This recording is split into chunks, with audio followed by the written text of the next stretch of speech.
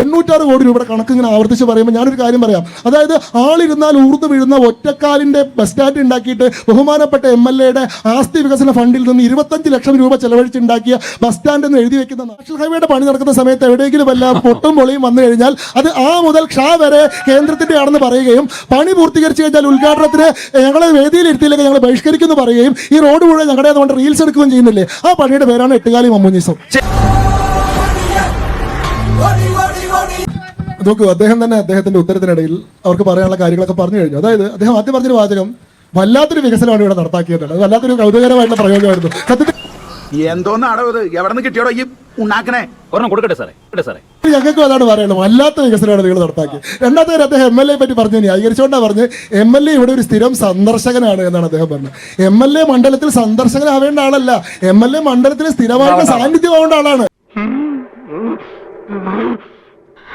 രണ്ടാമത്തെ കാര്യം, ഇനി സുരേഷ് ഗോപിയെ പറ്റി അദ്ദേഹം പറഞ്ഞു MLA പറ്റി മോശം പറയരുത്, പക്ഷെ അദ്ദേഹം കേന്ദ്രമന്ത്രിയെ പറ്റി പറയുന്നത് വിടുവായത്തം പറയുന്നു എന്നാണ്. ആരാണ് വിടുവായത്തം പറയുന്നത്?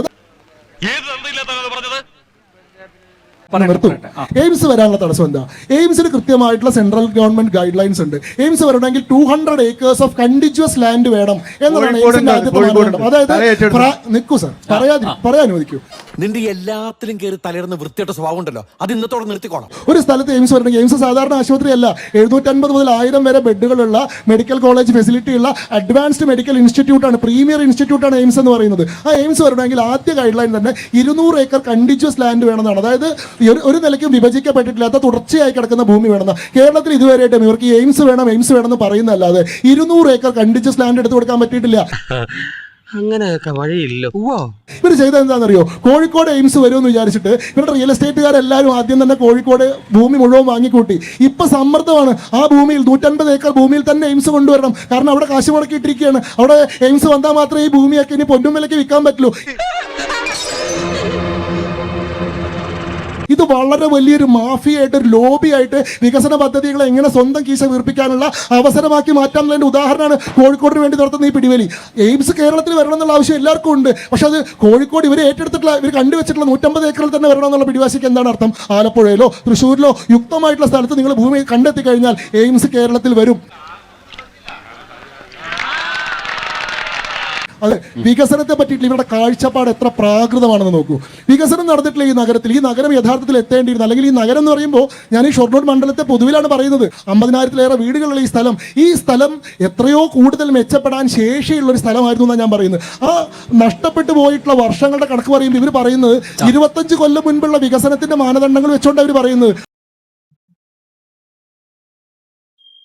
ഹൈമാസ് ലൈറ്റ് സ്ഥാപിച്ചില്ലേ? റോഡ് ടാർ ചെയ്തില്ലേ? തടയണ ഉണ്ടാക്കിയില്ലേ? സർ, തടയണ ഉണ്ടാക്കലും ഹൈമാസ് ലൈറ്റ് സ്ഥാപിക്കലും ബസ് സ്റ്റാൻഡ് ഉണ്ടാക്കലുമാണ് വികസനം എന്നുള്ള കാഴ്ചപ്പാട് മാറിക്കഴിഞ്ഞു. അത് അടിസ്ഥാന സൗകര്യമാണ്, അത് വികസനമല്ല. ഒരു നാട്ടിൽ വേണ്ട ബേസിക് ഇൻഫ്രാസ്ട്രക്ചർ ആണ്. അവിടെ കാത്തു നിൽക്കാൻ ബസ് വേണം, കയറി കിടക്കാൻ വീട് വേണം, ആളുകൾക്ക് കുടിക്കാൻ വെള്ളം വേണം. അത് അടിസ്ഥാന ആവശ്യമാണ്. അതും ശരിയാണല്ലോ. വീണ്ടും എന്നെ പറ്റിക്കാന്ന് വിചാരിച്ചു. അടിസ്ഥാന ആവശ്യത്തിന്റെ മുകളിൽ ആ ജനതയുടെ ഭാവിയെ കരുതിയിട്ട് നിങ്ങൾ ചെയ്യുന്ന ദീർഘവീക്ഷണപരമായിട്ടുള്ള ഇടപെടലാണ് വികസനം എന്ന് പറയുന്നത്. ആ വികസനത്തിൽ നിങ്ങൾക്ക് എന്ത് ചെയ്യാൻ സാധിച്ചു? പിന്നെ 806 കോടി രൂപയുടെ കണക്ക് ഇങ്ങനെ ആവർത്തിച്ച് പറയുമ്പോൾ ഞാനൊരു കാര്യം പറയാം. അതായത് ആളിരുന്നാൽ ഊർന്നു വീഴുന്ന ഒറ്റക്കാലിന്റെ ബസ് സ്റ്റാൻഡ് ഉണ്ടാക്കിയിട്ട് ബഹുമാനപ്പെട്ട MLA-യുടെ ആസ്തി വികസന ഫണ്ടിൽ നിന്ന് 25 ലക്ഷം രൂപ ചെലവഴിച്ചുണ്ടാക്കിയ ബസ് സ്റ്റാൻഡ് എന്ന് എഴുതി വെക്കുന്ന നാടാണിത്. നിനക്കതൊക്കെ എങ്ങനെയാ സാധിക്കുന്നത്?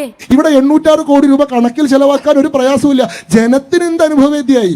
നിങ്ങൾക്ക് എത്ര കോടി രൂപയുടെ വികസനം നിങ്ങളുടെ ജീവിതത്തിൽ അനുഭവവേദ്യയായി എന്നുള്ളതാണ് ചോദ്യം. ഷൊർണൂരിലെ മനുഷ്യർ ഒറ്റക്കെട്ടായി പറയുന്നു, ഷൊർണൂർ നഗരത്തിന് കഴിഞ്ഞ 15 വർഷം ഒരു MLA-യുടെ സേവനം ഉണ്ടായതായിട്ട് അനുഭവപ്പെട്ടിട്ടില്ല. ലോകം മുഴുവൻ മാറുമ്പോൾ കൂടെ ഷൊർണൂർ ഇത്തിരി മാറിയിട്ടുണ്ട്. അതിൽ നിങ്ങളുടെ തള്ളൊന്നും വേണ്ട, അത് ലോകം തന്നെ മാറിക്കൊണ്ടിരിക്കുന്നതാണ്. നിങ്ങളുടെ ഇടപെടൽ കൊണ്ടുണ്ടായിട്ടുള്ള മാറ്റം എന്താണെന്ന് നിങ്ങൾ പറയുന്നത്? ഇവിടുത്തെ ഒരു വിരോധാഭാസം നിങ്ങൾ ആലോചിച്ച് നോക്കൂ.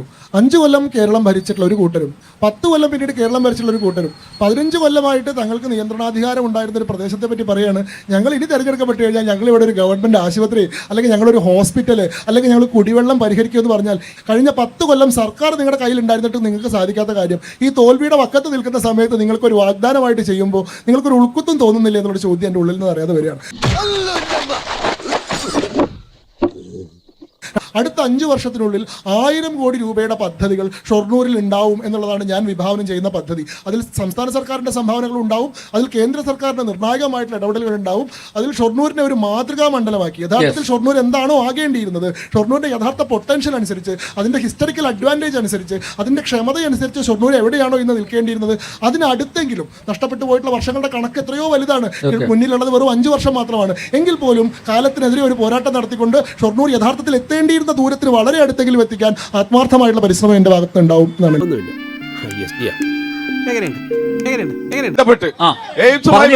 തൃശ്ശൂരിലോ ആലപ്പുഴയിലോ കൊണ്ടുവരും പറഞ്ഞു. അദ്ദേഹം പറഞ്ഞു അതിനാവശ്യമായ അത് സംസ്ഥാന സർക്കാരാണ് ഏറ്റെടുത്ത് കൊടുക്കേണ്ടത്. ഇതുപോലെ അറിയാത്ത ഒരാൾ എന്തിനാ എയിംസ് കൊണ്ടുവരും പറയുന്നു? കഴിഞ്ഞ എക്സ്ട്രാ ഓർഡിനറി കഥ സ്ഥലം ഏറ്റെടുത്ത് കൊടുത്താൽ എയിംസ് കേരളത്തിൽ വരും. അതല്ലേ പറയാ. ഞാനൊരു കാര്യം കൂടെ പറയട്ടെ. സുരേഷ് ഗോപി നിങ്ങൾ കുറച്ച് ആൾക്കാർ ഇങ്ങോട്ട് മാറി നിങ്ങൾ ചർച്ച ചെയ്തോളൂ, ഞങ്ങളെ അനുവദിക്കണ്ട. ചോദിക്കാൻ സമ്മതിക്കുന്നില്ല.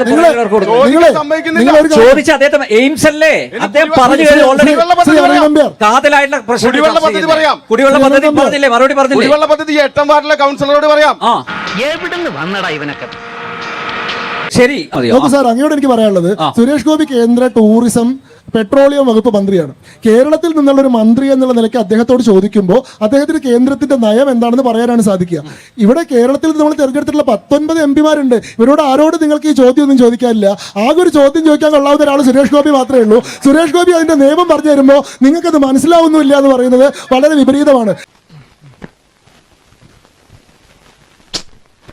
സുരേഷ് ഗോപി പറഞ്ഞിട്ട് മനസ്സിലാക്കി ഞാൻ പറഞ്ഞുതരാം. അതായത് എയിംസ് വരണമെങ്കിൽ 200 ഏക്കർ കണ്ടിജിയസ് ലാൻഡ് വേണം. അത് സംസ്ഥാന സർക്കാർ ഏറ്റെടുത്ത് കൊടുത്താൽ കോഴിക്കോട് 200 ഏക്കർ ഭൂമി ഉണ്ടോ?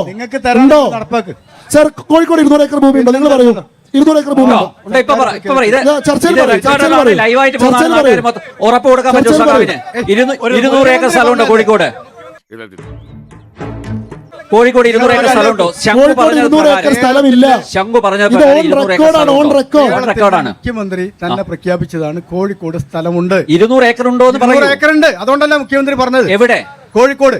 എവിടെയെന്ന് വെച്ച സ്ഥലം അക്യുറേറ്റ് ആയിട്ട് പറയാറില്ല. അസത്യം, ഇത്രയും നിർലജ്ജമായിട്ട് അസത്യം ചാനലിൽ വന്നിരുന്ന് നുണ പറയാൻ എങ്ങനെ സാധിക്കുന്നു? ഈ ഫൂളിഷ് ലൈസ് ഒക്കെ എല്ലാവരും വിശ്വസിക്കുന്നു വിചാരിച്ചിട്ടാ സ്വന്തം ഇഷ്ടത്തിന് തട്ടിവിടുന്നതാണ്. ഷൊർണൂർ റെയിൽവേ സ്റ്റേഷൻ കണ്ടോ? ഈ ഷൊർണൂർ റെയിൽവേ സ്റ്റേഷൻ ഇതിപ്പോ കേൾക്കുമ്പോൾ ആളുകൾക്ക് തോന്നുന്നത് ഏതാണ്ട് വൈക്കം മുഹമ്മദ് ബഷീറിന്റെ എട്ടുകാലി മമ്മൂഞ്ഞ് എന്ന് പറയുന്ന ഒരു കഥാപാത്രം ഞങ്ങൾക്ക് നന്നായി ഓർമ്മ വരുന്നുണ്ട്. എല്ലാ അതിന്റെയും പിതൃത്വം ഏറ്റെടുക്കുക.